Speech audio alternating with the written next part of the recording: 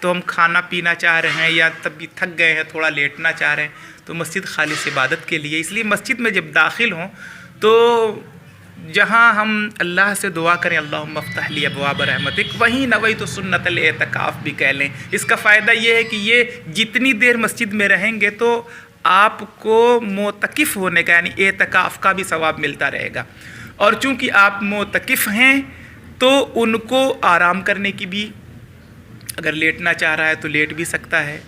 کسی سے دنیا ضروری باتیں اگر کچھ ہے تو وہ بات بھی کر سکتا ہے، ساتھ ہی ساتھ کھانے پینے کی حاجت ہے تو وہ بھی کر سکتا ہے۔ مطلب نوے تو سنت الاعتکاف یعنی اعتکاف پڑھنے کے بعد اس کو مطلب وہ اعتکاف کی نیت سے جا رہا ہے جی، تو مسجد میں وہ اعتکاف کر رہا ہے تو جب تک وہ رہے گا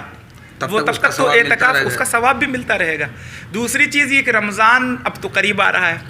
رمضان المبارک کے آخری عشرہ میں جو اعتکاف ہوتا ہے وہ اعتکاف الگ ہے، لیکن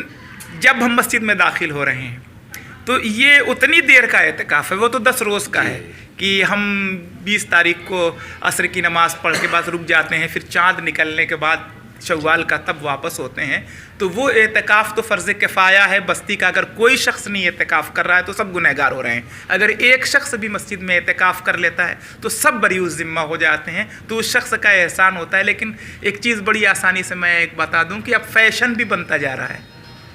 جیسے شہروں میں آپ دیکھیں گے کہ چھوٹے چھوٹے بچوں کو مسجد میں رکھ دیا اور پھر وہ اس کے بعد موبائل لے کے گیم کھیل رہے ہیں، اور کیا ہے گھر سے ٹفن آ رہی ہے سحری اور افطار کی، تو اس طریقے سے نہیں، مسجد کو پکنک کے طور پر نہیں، عبادت کے طور پر اللہ تبارک و تعالیٰ سے دعا کریں کہ ہم معتکف بھی رہیں،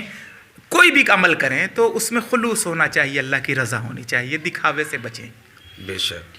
اب دعا کر دیجئے لوگوں کو نماز کے لیے، زیادہ سے زیادہ لوگ مسجدوں میں ہیں۔ دیکھیے نماز تو ایک اہم ترین فریضہ ہے، اور سومی قسمت سے ہم جس سماج میں رہتے ہیں اس میں اگر غور کیا جائے تو وہ اللہ ہی ہے جو اپنے بندوں پہ صرف رحم فرماتا ہے، کرم فرماتا ہے۔ اگر وہ پروردگار عالم کے قبضہ قدرت میں نہیں ہوتا، حساب اگر کسی کے دوسرے کے ذمہ ہوتا تو انسان بھوکا رہتا، ننگا رہتا، اس کے پاس کچھ بھی نہیں ہوتا۔ اللہ تعالیٰ نے ہمیں عبادت کے لیے پیدا فرمایا اور ہم کچھ بھی نہیں کرتے، مگر وہ پروردگار ہے جو اپنے وعدے پہ پورا ہے۔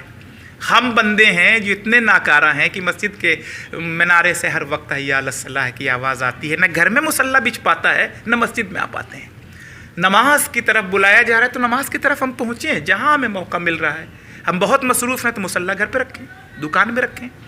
وقت نکالیں اور وہاں نماز ادا کر لیں۔ نماز ہمیں پڑھنا چاہیے لیکن ہم نماز سے غافل رہتے ہیں۔ اور دوسری چیز یہ ہے کہ نماز سے غفلت کے ساتھ ساتھ ایک چیز یہ بھی ہے کہ اللہ کے دروازے سے، اللہ کے گھر سے، اس کے منارے سے جب پکارا جاتا ہے تو اس میں تو ہمیں فرصت نہیں ملتی۔